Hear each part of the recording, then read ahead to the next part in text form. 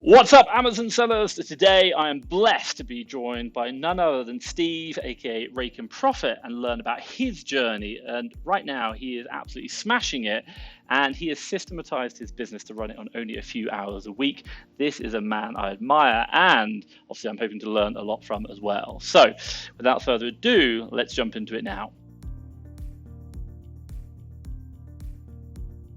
Right, guys, today I'm here with none other than Steve, aka Raiken Profit. And should we say, I don't want to introduce him. I don't want to talk about his journey because, my God, I'm still learning. So, should we say, Steve, thank you so much for joining me. Can I ask you, if anyone doesn't know who you are, give us a little bit of a summary of like what you're about now, what you're doing, what kind of business model you're doing, and how's it all going? Awesome. Well, thanks so much, Thomas, for having me on the channel. And I want to say, I appreciate everything you're doing for the community, man. You're doing really fantastic. And you inspired me a lot, man, learning about virtual assistants and different things because, for my virtual assistants, I probably wouldn't be on this video now because I'd be packing boxes and shipping and sourcing. So appreciate you having me on. So I started my journey of reselling about 9 years ago. At the time, I was working at the Cracker Barrel, which is a restaurant, a lot of Southern food. I was delivering pizzas and I just felt trapped. I felt like, I don't have my freedom. I'm not making any money. I'm miserable. And I've always kind of been a hustler at heart, whether it was trading baseball cards or getting in trouble at 21 years old and going to jail for things I might not mention on YouTube because then we're going to not only lose monetization, but may even lose some followers. No. I've always kind of been a hustler. And I got in trouble when I was 21, had to, grow up and learn from my mistakes. And I was working on a lot of crummy jobs up until around 25, Cracker Barrel pizzas.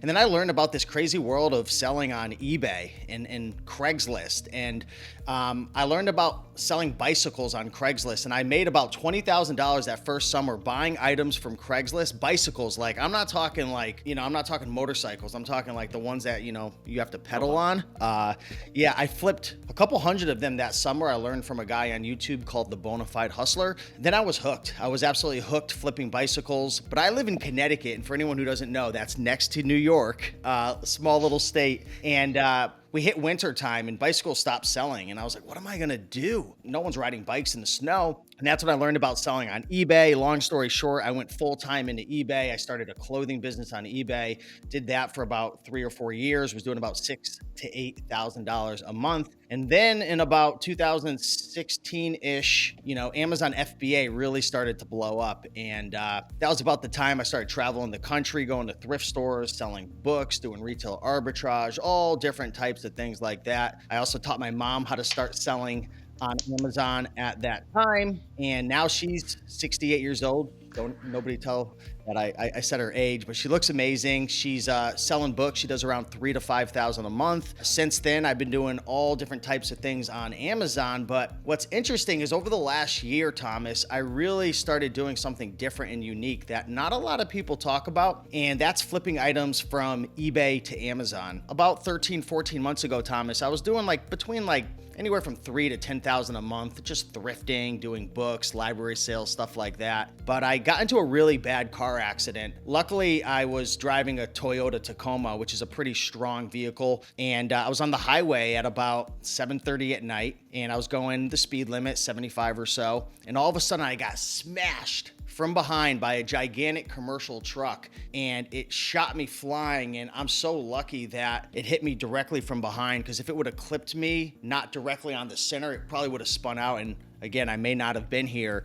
And I said to myself, I gotta stop driving all over the place. I'm on the road all the time. And I started having a lot of anxiety and depression being on the road and being scared of getting hit. And I was like, I gotta find a way to source inventory without driving to auctions and flea markets. And that's when I learned about eBay to Amazon. And over the last year, I took my business from anywhere from 3 to 10K a month on average to now I'm doing between 33 and 35,000 a month with about 30% profit margins. Yes, profit margins, which a lot of people in the thrifting world would be like, oh, that's terrible. But once you get into OA, wholesale, different things like that, anything really above 20% is pretty miraculous. So sorry for the long story, man, but it's been quite the journey over the last years. And I'll tell Thomas behind the scenes, when I started, I had a full set of hair. This is what reselling did to me. No. I think I'm losing mine as well. Hey, honestly, I love it. And wow, if I kind of talk it through, you did. I love the flipping bikes. I think that's fantastic. And a lot of Yep. people I meet in this space, they're all like, we're all hustlers,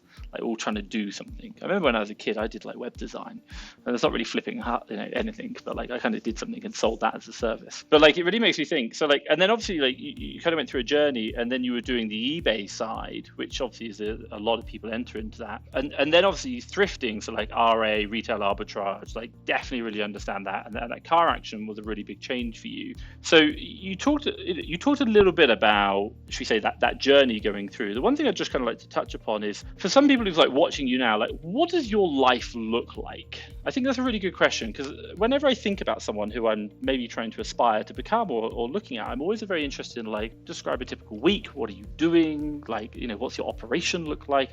We had a conversation off afterwards, and you mentioned that you've got, I think, some VAs. Obviously, you're buying from eBay at the moment. Yep. Like I can talk about the eBay side in a minute, but I'm really interested. Like, give me a snapshot of like, what does a typical week look like for you? Yeah, so it's really different from week to week, to be perfectly honest. Over the last 9 years, I've built up, multiple income streams from, obviously Amazon FBA, and I still do a little bit of reselling on eBay on the side. I have a YouTube channel, a lot of different social media platforms, which how busy that is. Got some real estate properties, I have some different coaching services and whatnot. So typically, each week it will vary depending on what I'm really, diving into. Like over the last couple of weeks, I spent a lot of time just, creating coaching programs and different things, because I have a lot of, exciting things happening in that area. A few weeks before that, man, it was a ton of social media because I was getting ready to travel and do speaking and whatnot. But on an average week, I would say it really, the way I like to look at it is I kind of compartmentalize different like time slots for each thing. So a lot of times during the day, I'm usually spending, at least an hour or two creating content every day, just working on my Amazon business, sometimes less. Other times I'm spending a couple hours coaching, and then other times I'm just spending a couple hours just learning, man. It's really just a combination of both. But I would like to say, Thomas, like for anyone who's watching, if you're new to selling on Amazon, or you're new to social media, or you're new to creating a program or a service, I know you have some services, that takes a lot of upfront work, right? I've been doing this for a long time now. So by no means should you think that you're going to just spend an hour or two a day on any one of these platforms when you first start them, if that makes any sense. I want to be perfectly clear with that. In the beginning of anything, man, I mean, just imagine in your business, when you first started Amazon and like your specific model now, you were probably spending 5, 7, 8, 9, 10 hours a day trying to get that up off the ground, to figure out the recipe, how to get it to work, learning from your mistakes. Am I right? 100% on that. Like even now, I still work an insane number of hours sometimes. My girlfriend hates me. She's like, "Oh my God, you're still working."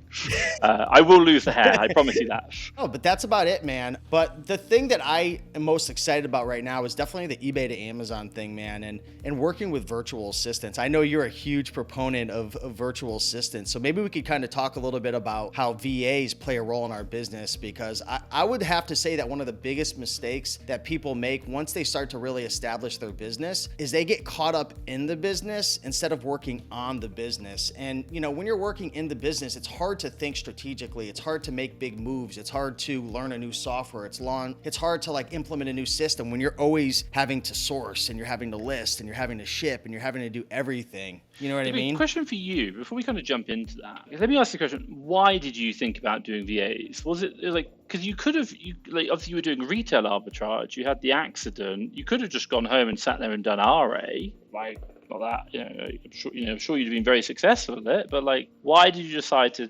a lot of people probably right now are like, oh man, hiring staff are just hassle. Why? Like, why did you make that decision? To be perfectly clear, Thomas, when I first started doing the eBay to Amazon, I was doing everything myself because I didn't know how to do it the correct way. So I did all the sourcing. I was sourcing for 8, 9, 10 hours a day. I was doing all of the listing. I was doing all of the shipping. I have VAs now who do all sourcing for me. Like, I don't source at all anymore unless I'm just bored. Even the listing process, I've outsourced that about 70%, which I could share. It's kind of a little gangsta method that I've developed to have VAs in other countries help me to list physical products. But to be truthful, man, like, I just got burnt out. Like some people can do it. They can work 8 to 10 hours a day, and I applaud them, man. Like me, like I'm ADHD, like I get bored easily. Like the biggest problem always for me in my business is me getting in the way of the business. Like I have to figure out ways to get the hell out of the way. Like honestly, like I'll have conversations with myself like, Steve, put a system in place and get yourself out of the freaking line of fire, man. Like you're the one who's always holding this business back. Every time the business has to rely on me sourcing or rely on me shipping,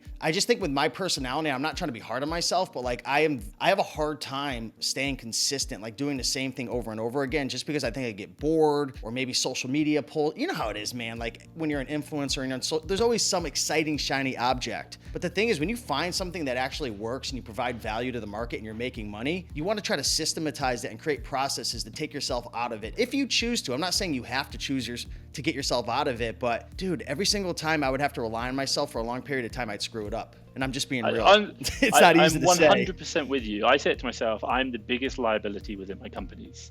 That's it. Like, literally, I'm the biggest problem because, like, I will work insanely hard, but the moment I know how to do something, I'm not doing that anymore. I'm done. Like I solved the problem in my head. And you know, I get the shiny object syndrome, but also as well, the other way I look at it, as I say it to my managers, I'm like, man, if I'm sick, this business fails. Like, oh, yeah. and by the way, that's people's lives that are going to be stopped. So like, I am a liability, you know, and then I thought about that. But I really understand you, and I think, you know, a lot of what you're saying resonates with how she said I think and my mindset around it. Shiny object syndrome, lots going on, systematized build systems. That was the kind of like mindset about saying I just can't keep doing it myself, and I appreciate it. I get super bored. So obviously you've got VAs now, fantastic. Just tell me like how many VAs you got, what do they do, and let's be honest, let's just talk about the Amazon business. How many hours a week do you do, like, should we say, on your Amazon business now that you've got a team? So tell me about that, and then tell me the team structure and how does that work, if you're happy to share. Yeah, absolutely. So right now we have 2 full-time virtual assistants who source. They work anywhere between 40 to 60 hours. Now, I cap them at 40, but these guys are like super hungry and they want to keep learning more. Like I'm super lucky. I've got 2 people who are actually from like the same town or village. I'm not sure how you say it, but they live in like the same area. And I've actually built really great relationships with both of them, and I've gotten referrals from them for the other 2 that I have as well. So I have 2 VAs that do between 40 to 60 hours a week. One of them only sources full time. The other one sources and also helps me with repricing and listing items. Then I have another part-time VA who helps with, she does all the spreadsheets and stuff for my business. So she tracks like all the KPIs. She tracks pretty much all the weekly reports, the daily reports, kind of monitors the whole team. Because one of the things I learned from Tony Robbins, you know, and I had to spend $10,000 to learn this at the Business Mastery event, was you're only able to make decisions in your business, really good decisions, based on the optics, what you can actually see in your business. There's a difference between, like when I was a thrifter, man, like I didn't have to worry about cash flow. I spent $1 or $2 on an item, Thomas, and flipped it for 40. What do you mean cash flow? Someone asked me one time, well, what do you pay yourself? I'm like, what do you mean, what do I pay myself? I pay myself everything. It just comes and goes out of the account. But when you're doing, you know, OA, and especially when you start getting into wholesale private label, you really need to know your numbers. So that's the third virtual assistant, spreadsheets. And then I have another part-time one who does all the things I hate, like stranded inventory, fair market pricing. And as I'm scaling my business, those issues are becoming more prominent. So those are the 4 people I have on staff. It's around $1,500 a month, maybe a little bit more now. Fairly priced, well worth it. Would not want to have to do that in exchange for saving that money. But yeah, I forgot what other part of the question. And like asked, just in the Amazon business, how many hours a week are you doing in the Amazon business? Yeah. Oh, am I doing? So it's really like 3 to 5 hours.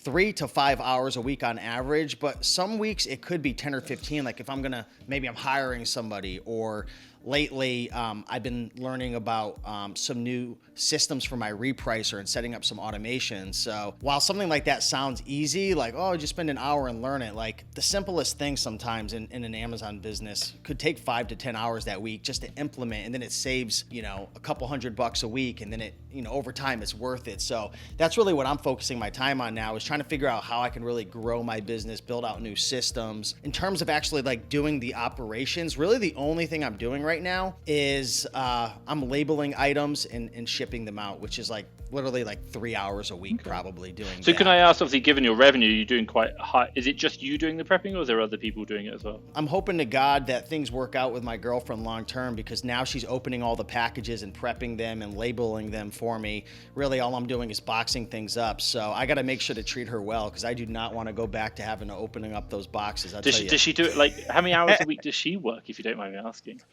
So she's probably doing like, I would say 6 to 8 hours a week. We batch it once or twice a week. We just open everything. We get everything all prepped up, and I'll actually share this with you if you're all right with me. Our process for that. We typically are getting about 2 to 350 items shipped to my house every single week now. It's around 350 now, but before it was 200. And they come to my house. We open everything up on one day. And then we take pictures of everything and put it into batches, upload it to Google Drive, and then my virtual assistants will list and condition and price all of them. We have like a whole system that's set up. So it really saves about like 60 to 70% of the time having to sit there. Because again, ADHD, I don't want to sit there and list and do all that. So we've been doing that for probably like well over 3.5, 4 months, and that's been fantastic. So yeah, it's great, man. It's figured out a way to kind of take myself out of honestly, it. respect to you. And I think, because look, when we first start the whole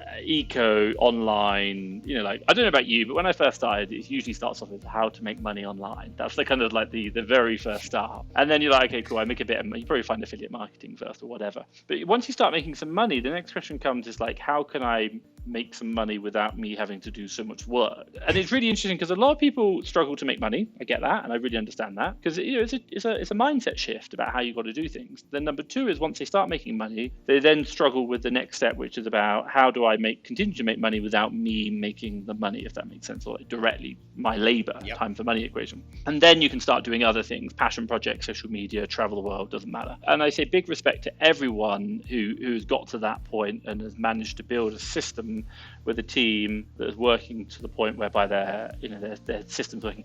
Girlfriend, mum, VAs in the Philippines, doesn't matter. But what does it mean? It means that you've got a repeatable process which works, which now enables you to live the life that you want to live, basically living life on your terms. And so massive, honestly, respect to you and well done. Yeah. And I think hats off. Thank you, man. Thank you. And what I also, question for you, you're doing like photos. If I'm understanding right, you're doing a lot of buying from eBay, selling on Amazon, is that right? Correct. Yeah, that's about probably 90 to 95% of the inventory. Right now, my team, and if anyone wants to check out the numbers on my Instagram, I post every month my my profit report, my breakdown, what I bought, what I paid. Right now, my average buy cost on eBay is $13. Our average selling price is between $39 and $40. We deal with a lot of media items, DVDs, CDs, books. We also are starting to dive more into like video games, electronics, office, home goods, different things like that. But I think last month, what did we source last month? I don't know, a little less than 1,000 items or so. So this month we're on pace to probably source between 1,300 to 1,500 items with 2 virtual assistants. I have a new girl that's coming on to learn to source, to keep scaling. But yeah, man, that's pretty much it, man. eBay to Amazon, baby. It's a question for you, because obviously you're doing, I've been following your Instagram for a while, and I remember one time, I don't know what it was some like 2 women on the front cover. It was a DVD box set, and you were like, my team bought it, but lucky enough I don't ship it to a prep center. We caught this, the print quality's bad. Like, if anyone's watching, media on Amazon is, you've got to get it right. Get it wrong, like, there's a lot of fakes out there, I think the question is. So let me ask you the question, how do you manage that? eBay is full of fakes, unfortunately. You do get a lot more, and Amazon are very strict on it, and it's not like you can just lose your account and start another one. So like, if anyone's thinking about copying what you're doing, eBay to Amazon, what kind of advice have you got, things to watch out for? Yeah, well, just know, I like to put this out there for everybody. I don't care what business you're in, Amazon, a restaurant business. There's risk with every business. There's an Armageddon event for every business. And I would say that flipping from eBay to Amazon, or going to thrift stores, garage sales, auctions, it's definitely a step up in terms of risk compared to like if you're buying from like Nike website or Lego, or you're doing wholesale or private label, because you have those invoices, right? You have those legitimate invoices. So that is like the biggest fear. I'm not going to sit here and BS anybody. Like, that is my biggest fear at scale, is like getting hit with counterfeit claims or IP complaints. That's why we take a lot of extra steps and procedures to prevent counterfeits by not using a prep center. We use IP alert. We're always checking Keepa. We're making sure the brand's not on the listing. We're really inspecting items really, really well. And the truth is, right, there's probably still items that are falling underneath the cracks in terms of counterfeits. Like, I'm not going to sit here and act like, oh my God, I've got this perfect system. The truth is, like, they're so good now that most people probably wouldn't know, but that's not an excuse. So what I do is I actually don't mess with, like, with DVDs, for example, Thomas. We're really, really, really picky about DVDs that we pick up. We don't like to deal with any DVDs that are under 10,000 ranked to begin with. Anything that's newer, anything that's more current, anything that's a complete series or like season 1 through 6 and it's newer, we just stay away from those, because those are the ones that the counterfeiters and the bootleggers are targeting. They're targeting the fast selling stuff. And those, in my opinion, right, this might just be bro science, but I'm like, those are the ones that Amazon's really keeping an eye out for. So we go after a lot of older, discontinued stuff. We do pick up some items that I guess would be a little more risky, but I would say if you're going to get into this, I would stay away from like really popular textbooks. I would stay away from really popular media items, anything that's ranked, turning really quick. And I would even go a step further to say, like, anything that's too good to be true. Like, you'll go to some eBay stores, dude, and they have like hundreds of DVDs where you can pick them up for 20 and then they're flying with a 2,000 rank on Amazon for 80. And I'm like, just stay away from that. Anything where there's multiple quantities sold, if they have more than one of the item listed, if you go into their sold listings and they're selling a ton of a specific DVD, we stay away from all of that. So it was a complete pain in the butt to set up all those systems with my team, but we are very, very, very cautious. But it doesn't mean we're still not going to freaking get suspended or kicked off one day. It could happen, but I try to mitigate risk the best I can and be ethical, because it's really big for me, man, I don't want to make my money by screwing people over. Yeah, agreed. My God, oh my God, that's like, there's so much just in like that last kind of 2 sentences.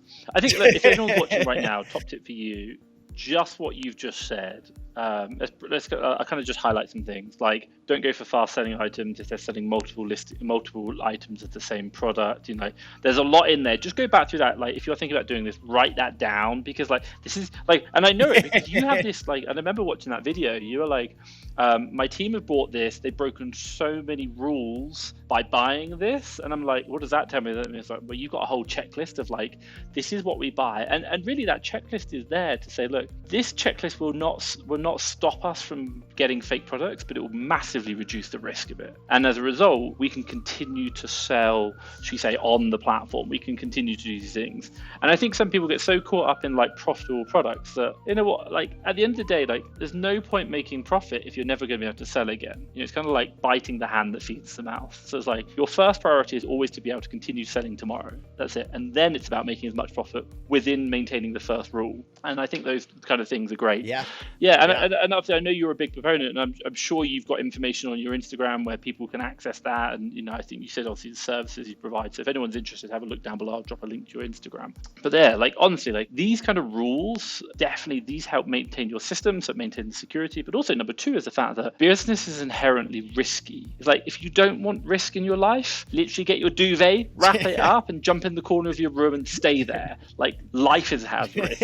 And I meet so many people who are like, so if I start this Amazon business, does that mean it's going to guarantee 100% success? You're like, no, like it could never happen. That's the whole point. It's a leap of faith. So I absolutely love it. Honestly, thank you. And honestly, yes, even like IP complaints, I really understand what you're saying there. We've had those issues, and you know we use services for it as well. But even things like IP alert, IP checker, and we do our own brand database, and that's really helpful as well. Yes, so it makes such a big difference. So you talked a bit about like what you're doing, and by the way, I've watched a video of yours, or maybe like you've done the big clipboard of like your goal planning, and I'm a big Tony Robbins fan. I was in Business Mastery 3 months ago, I think it was. Like, amazing. Yeah. But what's it called? I loved your board, your vision board of the future. So like, if no one's seen it, tell me about the future. What does it hold? Where are you going? What's the goals? Yeah, so one of the things that were on my board, man, is I had never gone to Colorado where the mountains were, man, and that was on my board. I just accomplished that, man. So I'm really excited about that right there, man. But for me, you know, really this moving forward this year, and moving into the next year, man, health is a big thing that I really want to work more on, mental and physical health. I put on quite a bit bit of weight this year, probably from doing eBay to Amazon, not being out thrifting as much. So next time you see me, man, give me about 3 to 6 months. Man, I'm going to be about 30, 40 pounds down. I'm going to keep growing my business, man. Going to keep helping people. We launched a masterclass and some things that I could share with you behind the scenes, man. That's really been helping a lot of people. We got about 500 new students over the last couple weeks. So that's just been crazy, like just helping people, getting people results, and just growing my business, man. Like I set a goal at the beginning of the year when I created my vision board to do 40,000. And right now the date is what, October 25th at the time of this recording. My goal was to hit 40,000 by the end of the year. And I was, I think, at like 5 at the beginning of the year. So I'm getting close. So we scaled up our spend. This month we're going to be spending pretty much everything that we make because I want to hit that goal, and I'll kick back the paying myself. But yeah, that's the biggest thing, man. Hit 40K, and then we'll see what I get into, man. I don't like to jump too far ahead. I just want to hit that goal and kick my feet up for a little bit and see where I want to take things. Hey, and I think you're so right. If I just clarify, when you say 40,000, you're saying 40,000 a month, is that right? Not obviously total revenue, because we know you're doing more than that.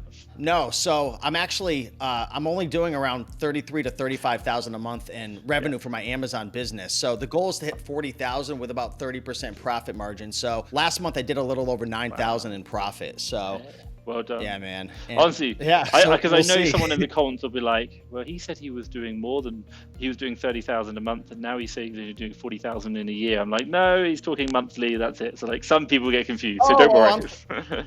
Oh, I misspoke. Yeah, I apologize about that. And again, every month, man, it's been fun just being fully transparent with the ups and the downs and everything. So on Instagram, it's kind of unique, man. Like, I don't know about you, but I like following people, and it's tough to do this, like, because everyone's going to nitpick at every freaking number that you have and tell you you're lying, blah, blah, blah, blah, blah. But it's like, I like to follow people who share, like, transparently how they're doing, but it's kind of tough now, you know, because you don't want the IRS coming after you, da-da-da-da-da. But that's what I've been doing. I was just breaking it down, man, and just sharing it all, and people have been enjoying it, so it's fun. And I think also the other one, which I really say is like, it's kind of like documenting the journey, showing people what's possible. And obviously they're going to look at you right now, and that's called like, you know, and by the way, I did see your like, you know, fat versus thin. And by the way, if everyone wants to know, it was like 2 years ago thin, now it's the fat, you know, you weren't so happy with your thing. Like respect, you use that, honestly, absolute respect.